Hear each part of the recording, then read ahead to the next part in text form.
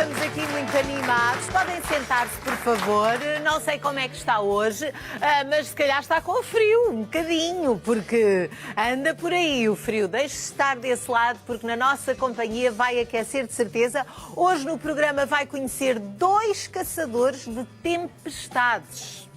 Porque se há quem fuja do mau tempo, há também quem goste de se aproximar para registar momentos únicos e extraordinários. Há momentos em que a natureza se manifesta de forma violenta, sem sequer olhar aos estragos. Com os avanços tecnológicos, a meteorologia é cada vez mais precisa. Mas ainda assim, quando o mau tempo chega, é muitas vezes uma surpresa. Agora chamo a atenção para as imagens que se seguem. Pense no que foi necessário acontecer para que todos conseguíssemos vê-las.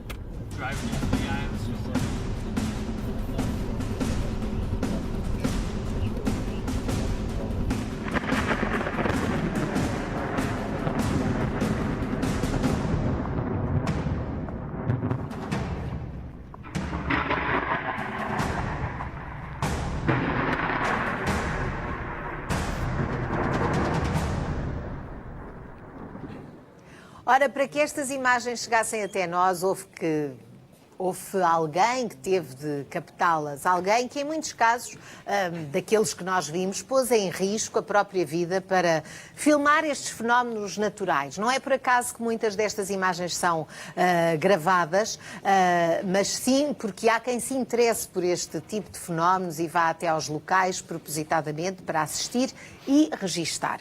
E em alguns casos há quem organiza a vida para isto mesmo. São os chamados caçadores de tempestades, que até marcam as férias com o intuito de assistir a este tipo de situações. Em Portugal também há entusiastas de tempestades, como os meus próximos convidados, o André e o Francisco, que estão aqui comigo. Muito boa tarde aos dois. Boa tarde. Obrigado.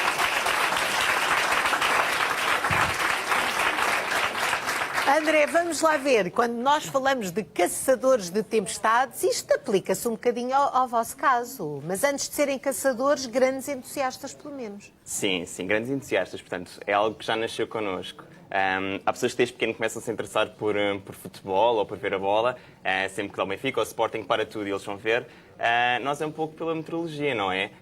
Estamos a fazer alguma coisa e começa algo mais agressivo lá fora, uma chuva mais forte, um granizo, e nós paramos e, o que é que se passa? Mas o André lembra-se de ser pequenino? Lembro-me de ser pequenino, ser mesmo muito pequenino, e a minha mãe deixar-me a pôr na janela a ver a chuva porque eu ficava muito mais calmo. Era como se fosse um desenho animado que estava a acontecer. E lembro-me perfeitamente de ser pequeno e ir correr para a janela e pôr a cadeira e pôr por cima e ficar ali a ver. Aliás, a minha mãe brincava muito comigo no sentido de, quer dizer, quando está sol, nunca abres as janelas, mas quando está a chover tem sempre tudo aberto. Portanto, era assim um fascínio. Então, quando havia trovões, melhor ainda, sim. não é? E então, a minha mãe, que tem mesmo pânico, ela fechava tudo, era ela a fechar e eu abrir. Ela dizia, isso é perigoso. Eu, não, mãe, não é perigoso. Então, há para-raios, há não sei o quê. Eu estou aqui dentro, estou sossegadinho, só estou a ver o espetáculo lá fora. Portanto, isso era melhor do que um bom desenho animado. Sim, era muito melhor do que um bom desenho animado. Até o Dragon Ball ficava para trás.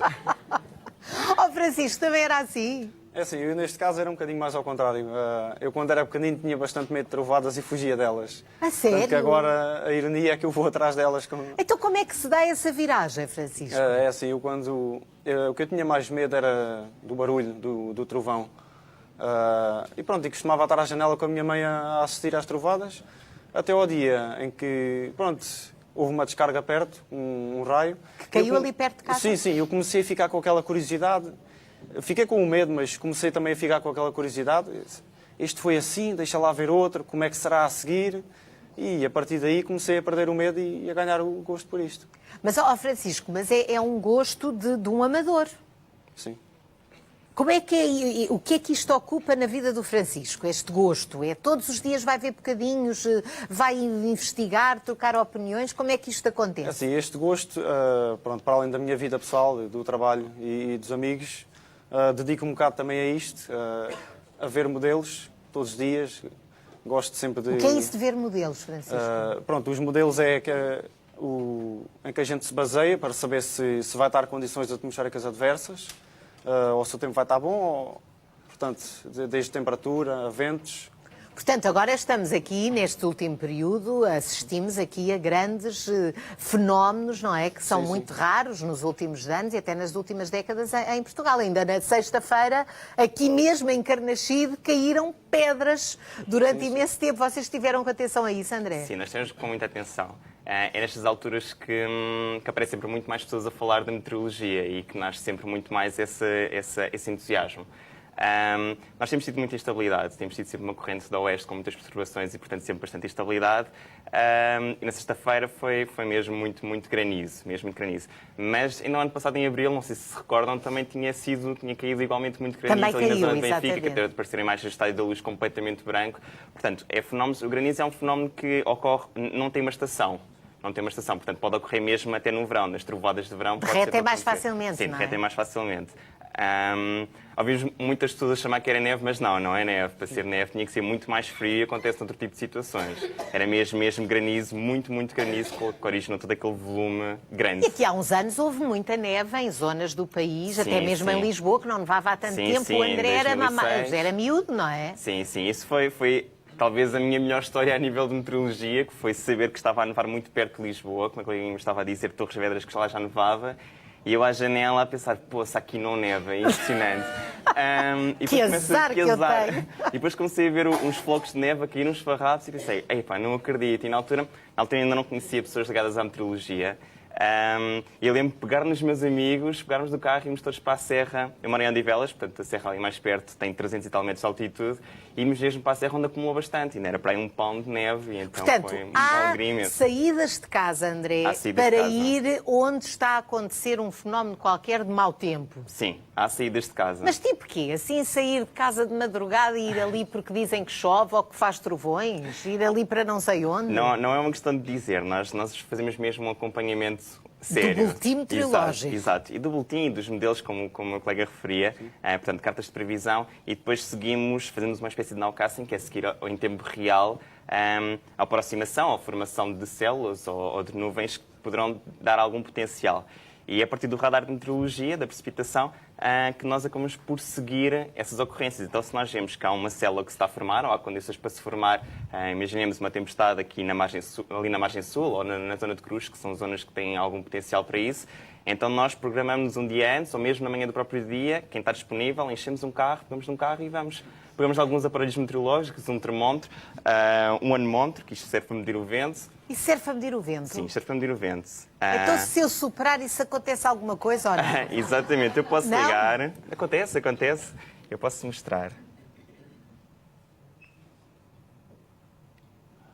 Com a luz não dá para ver. Estas engenhocas, eu nem sabia que existiam coisas destas. André, vamos lá ver se com a luz não dá para conseguimos. ver, mas basicamente o que acontece é, portanto, o vento passa por aqui, faz e rodar, mede a velocidade do vento e indica logo aí no logo, visor. É instantâneo. Portanto, o vento sopra aqui e depois tem informação aqui. Coisa extraordinária. Mas vocês conseguem descobrir estas coisas, Francisco? Vocês há um fórum onde vocês participam também, não é? É um fórum ligado ao Instituto de Meteorologia? Ou não? Não, o nosso fórum é um fórum totalmente de meteorologia Só de amadora. apaixonados por meteorologia? Sim, onde temos milhares de pessoas. Por exemplo, neste último evento do granizo, tivemos, em termos de visitas, em simultâneo, tivemos 1.700 visitas, o que é bastante bom. É um fórum onde os utilizadores partilham os seus gostos. Um gosta mais de sol, outro do verão, outro coisas mais extremas. E onde acabamos por, naquele espírito de equipa, aprender uns com os outros. Acabamos por ser, se me permite a expressão, ser professores uns dos outros. Francisco, a propósito de engenhocas, o Francisco ficou muito impressionado quando descobriu que existiam estações meteorológicas, não é? Sim. E não descansou enquanto não arranjou uma? Não. O que é uma estação meteorológica? Isto daqui faz parte destes objetos? Sim. Para que é que servem essas coisas, Francisco? Estes objetos aqui constituem a estação meteorológica. Neste caso, temos aqui o anemómetro e o catavento, servem para medir, neste caso, a direção e a velocidade do vento. Essa é a estação do André? O André também tem uma estação meteorológica. De quem é que são estes objetos? É de um amigo nosso, foi emprestado. Que ele emprestou. Ele emprestou-nos.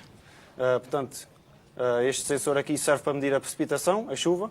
A chuva cai aí, é um Sim. bocadinho como o vento, não é? Sim, é registado, depois escoa pela parte de baixo. Este sensorzinho aqui registra a temperatura, É um termómetro. um termómetro, a temperatura e a umidade do ar.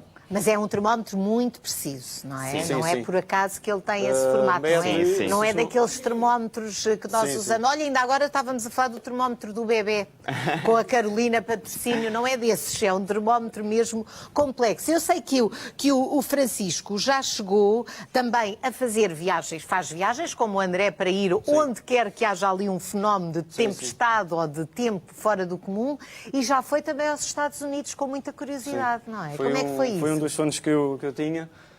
Foi uma coisa, digamos, foi a melhor experiência que tive na minha vida.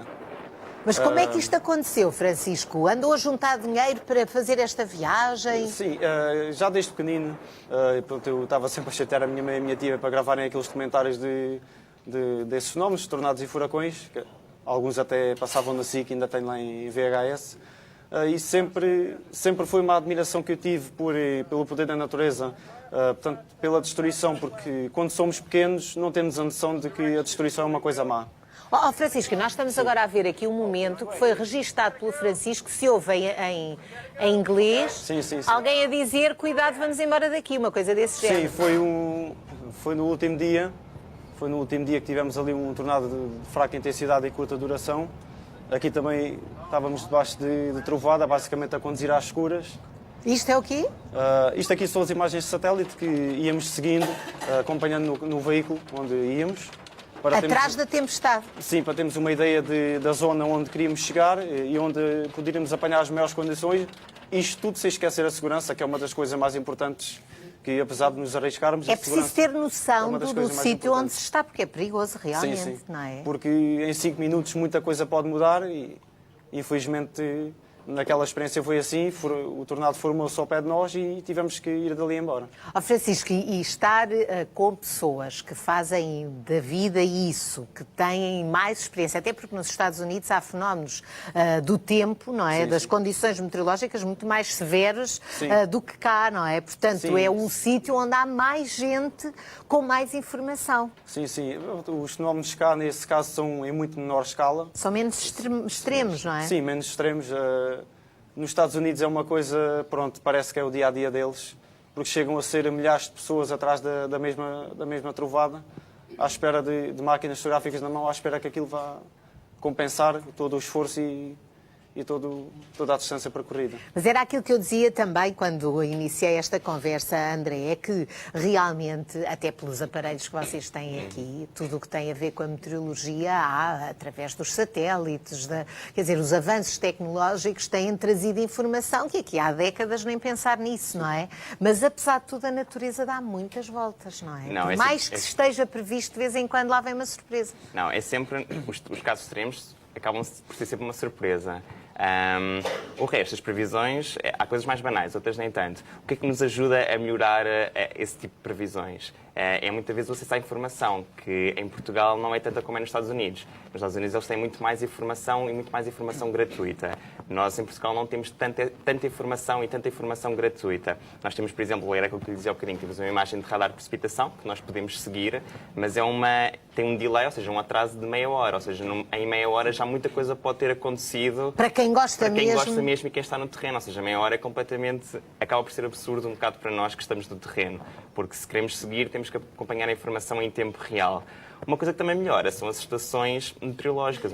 As estações meteorológicas acabam por melhorar a nível de previsão. Porquê? Porque nós temos que observar para poder corrigir o que está previsto. Nós achamos sempre que as previsões são muito falíveis. E diziam que ia chover e afinal fez sol. Olha, por exemplo, ontem teve um dia tão bonito e nós a pensamos que ia ficar chover, tudo não é? muito escuro e de chuva, mas teve um sol muito bonito, pelo menos em algumas horas. Algumas zonas, sim, algumas horas. algumas zonas mas também é preciso... Eu acho que nós portugueses temos pouca cultura meteorológica.